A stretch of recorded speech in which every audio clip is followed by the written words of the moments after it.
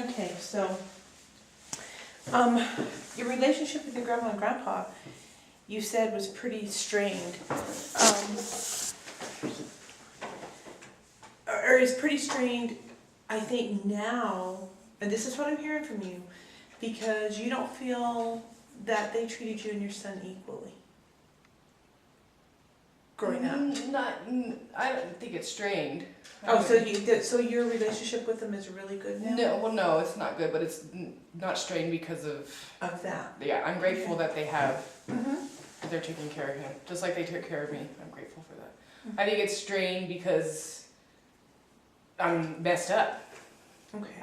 from following my dreams and going into the military, and I came back and I'm not like my grandpa.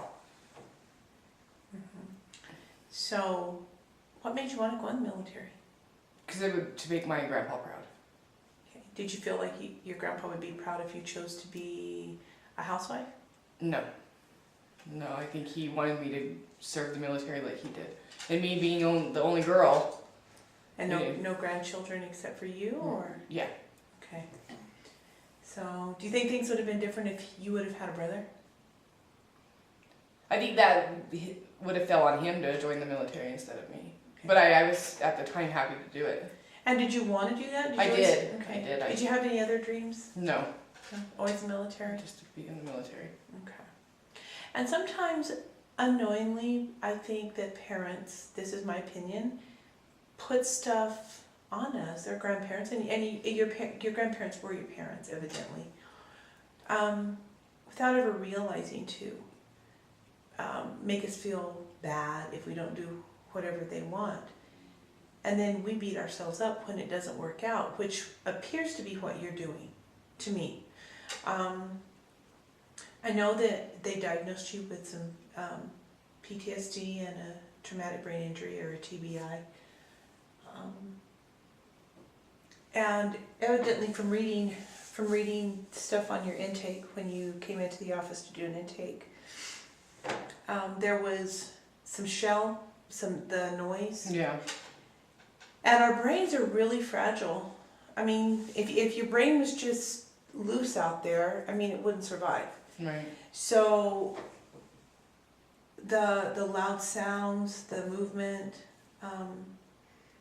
it can really cause some problems. I mean, there's even been incidents where people have traumatic brain injury just from being in ICU and all the beeping and all the things going on there.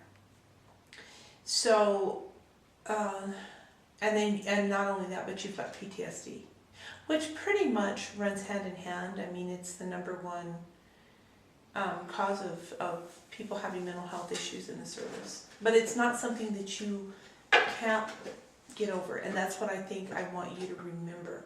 This isn't something that will never get better. With the proper treatment, it can get better. And eventually, you will lead a totally normal life. I don't feel that way. No, I'm sure you don't. I'm sure you don't. I can't say I understand because I've never been in your shoes, but I've worked with a lot of people, and I've seen a lot of changes in people that feel just like you do when they first start seeing me, or first start seeing somebody to help them, and they eventually come back and say, you were right. I don't feel the same anymore. I feel like my life is pretty normal as anybody's life can be. There's a man in Santa Fe that I'd really like you to see. He works with eye movement desensitization. I really struggle with that word. And what it does is get your brain, he does some type of movement, and I've read a lot about it. And I've met him, very good man, very nice man, and he works a lot with veterans and has had a huge success rate as far as the PTSD goes, and having the symptoms less, which is what you're experiencing with those horrific dreams. The dreams are one of the main issues in PTSD, because we can't shut our mind off. Right, I have them all the time still. Do you ever suffer from stuff during the day? Do you ever have flashbacks? Yes, and it's just racing thoughts all the time. I can't focus. I can't.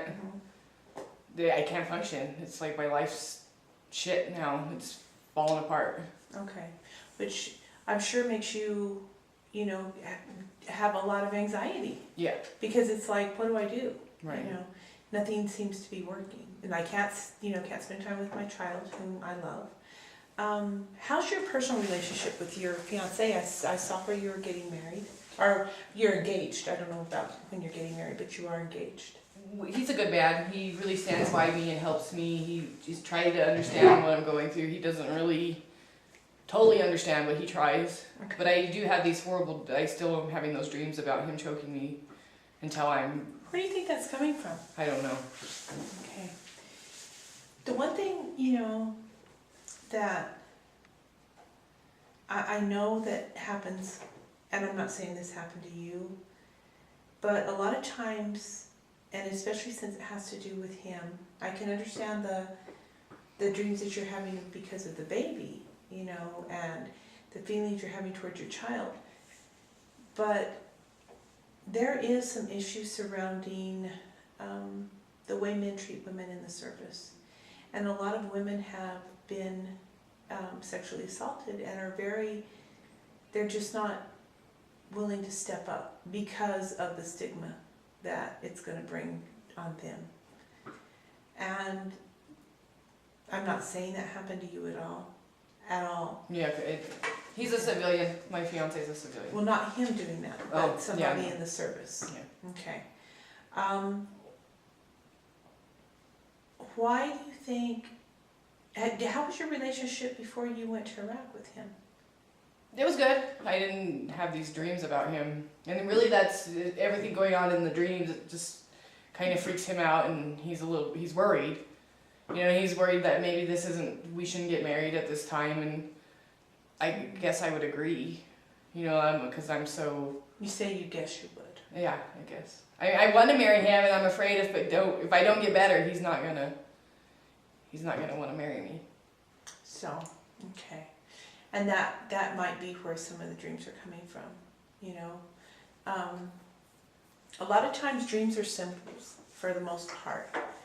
And with him strangling you, it may be that you feel if you don't get better, you're just going to be staying in the same place that you're at and never move past it, and that's strangling you, I don't know, we'd have to explore that a little bit more. It's very difficult, very, very difficult. Did you do any of the exercises I gave you last week? The journaling? I tried journaling, it didn't work. I tried to sit down and write it down, but I just had too many thoughts to get them down on the paper. It was too hard. Okay. I got a little bit on the paper, but not enough. So how did it make you feel after you wrote? Frustrated. Okay. Because I thought it'd be easy. I thought I could just sit down and it would just all come out and I'd be better, but... Has things always been easy for you? For the most part, till recently. Yeah. Until all this happened. Yeah. And so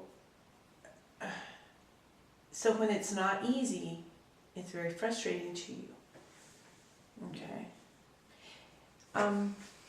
The one thing that I would suggest with you, and I'm sure you've heard of meditation and quieting your mind.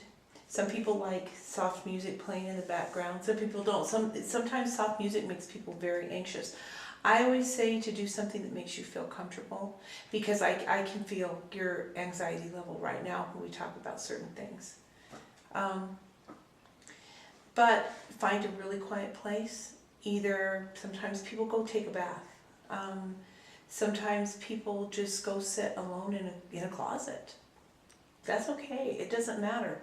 But where you can find some really alone time, where the outside world is kind of shut out, except for if maybe you like quiet music playing, and let your mind rest. How do I do that? How do you let your mind rest? Yeah. Well, when you were growing up, because we all usually, not always, but usually we always have really great places that we go back to in our mind. Like, for instance, one of my fondest memories growing up was Christmas at my aunt's house, because all of us cousins got together. Or I lived in the mountains, so when it would snow, it was so peaceful to me, so beautiful and peaceful. I would just sit and look out the window and watch the snow. And that's a very good place for me. I feel really good when I think about those things. So where would your place be like that? When I was little, I had a playhouse, but I used to always go and play in. Okay. See, and I see a lot of, I see your face totally change when you talk about that. It's not anxious or anything, you just, so maybe you could sit somewhere quietly with, like I said, with quiet music playing if you choose, but somewhere where you feel comfortable and just go back to that playhouse. Did good things always happen in that playhouse? Yeah, Yeah. it was a good time. So what did you do? I would dream about joining the military. That's Okay. where I would sit and reminisce over the stories that my grandpa would tell me. So it all had to do with your grandpa and the playhouse. Yes. So did your grandpa ever join you in there? He'd go over there, but he never would really. Did he talk to you about the military when you were in there? Yeah, he would. He just, that's all he ever really liked to talk about was his Okay. time in the military. It was even though he had some really horrific stories, that's really all he ever wanted to do. Okay. So that's a good thing. So maybe you could find a really quiet place and sit down and start thinking about that playhouse and the good things that happened there. The fun times you had with Grandpa. And from there, just kind of let your mind slowly get rid of any thoughts that you have. Try really hard not to bring any negative thoughts in. Because our brains, I think I told you that, our brains are fragile. Without our skulls, our brains would just be a loose mass of nothing. We wouldn't be able to function. So when our brains get hurt, and because all of our thoughts are constantly going on, a lot of times we're totally, re-injuring our brains. So when you give it quiet time and let it calm down, you're actually helping heal. Okay? I want you to stay away from as much stress as possible. And I know that's hard, but going into public, how do you handle that? I don't really go anywhere. Okay, what happens when you have to go to the store? I panic and freak out and get in there and get out as fast as possible, but I don't like to go. Okay. And So, when I can, my fiance will go for me where I don't have and to again, losing him might mean that you had to do something, go somewhere you don't want to be. Yeah. An uncomfortable place. Okay. So what I want you to start out with, and we'll work through this step by step, is finding a quiet place, quieting your mind, going to that playhouse, thinking about the stuff you did there, playing in that playhouse in your mind. And it kind of sounds silly on one level, but it really is a healing factor, okay? And then when you're done, what I want you to journal is not about what happened in Afghanistan, what happened in Iraq, what's going on with your boyfriend, what's going on with your grandma and grandpa and your son. I want you to journal about how you felt in that playhouse, okay? Because I don't want your anxiety level to be here. I want this to be as less stressful as possible, because it's not going to do you any good if I keep stressing you out. You writing about Afghanistan, you don't appear to be ready for that. I may be wrong, and that's okay if I am. And if you feel like someday you wake up and you said, you know what, I need to write all this stuff down, you do that, because only you know what you need and what you want. I don't. I'm just here as trying to help guide you to get through this with as less stress as possible. So if you can journal and write down about that playhouse, okay? About the good times, about what your grandpa said, what you did, any good things growing up. And that may not be the only place you have. I have a couple of places that just if I'm really stressed out, I can stop and think about, and it puts me in a better state of mind. Okay? Do you have any other place? What about with your grandma? I didn't really hang out with her that much. Okay, I was more of a tomboy and okay, hung out more with my grandpa. okay. I mean, she was not a mean lady or Yeah. anything. What about family reunions? Yeah. What about cousins? No, not really. No, friends? Yeah, I had some childhood friends. I don't talk to them anymore. Okay, it's not about talking to them now. It's about how you felt back then. Can you think of a time when you and a friend had a really great time playing together or doing something together that was not stressful, that you just wish would never have ended? Yeah. Okay, so that's something else you can use, okay? In your journal, this is for you, not for me, okay? I'm always open to reading stuff if that's what you want, but you own that, not me. Okay, it's to help you learn how to get through these things. So I would really ask that you do that. You do the journaling. But I also, you know, if you feel like letting me read it, fine. And if you don't, that's okay. If there's parts of it you want me to read and other parts that you don't, that's all right too, okay? My main thing is to get you healthy again, get you back feeling good, back into society, back in a healthy relationship with your son. Hopefully to get you back in a healthy relationship with your fiance and your grandpa. Because it's not that grandma's not important in your life, she is, but you seem to have a lot of problems trying to figure out how grandpa really feels about you. I think he's disappointed. I feel that I let him down. And did he say that? No, he's never said it, but our relationship hasn't been the same since I came back. Okay, why do you think what about your relationship has changed? Because he was a strong man, and he was just able to overcome, you know, he never went to treatment or sought help or anything from when he was in Vietnam. And I feel that he just feels I let him down. Because I can't pick myself up and move on with my life. I'm in this situation that is basically a hell, and he's never said it, but I just feel like he resents me. Now he has to raise my son, and he raised me, and it's just not the same. Wasn't he raising your son when you went into the service? Yeah, but it was just supposed to be for that time. I was supposed to come home and raise him myself and take care of him. And so why didn't you? What happened? When you signed up, when you signed up for the service, who owned your life? Well, who owned you? The military, kind of. But they don't own me now, but my thoughts own me, and my alcohol problem, and I smoke pot. I'm on this pain medicine that I need because my legs hurt. I don't know my life. So what's the one thing in your life right now, because we can't fix everything at once. That's impossible. You cannot go out and fix a car, the transmission and the engine, and do a body work and a paint job all in one day. You got to start somewhere. So what's important? What's the most important place for you to start right now? To get rid of these thoughts and the dreams. I think that's okay. So to quiet your mind. And to stop having these horrible dreams. Okay. All right. So it's going to start with this journaling.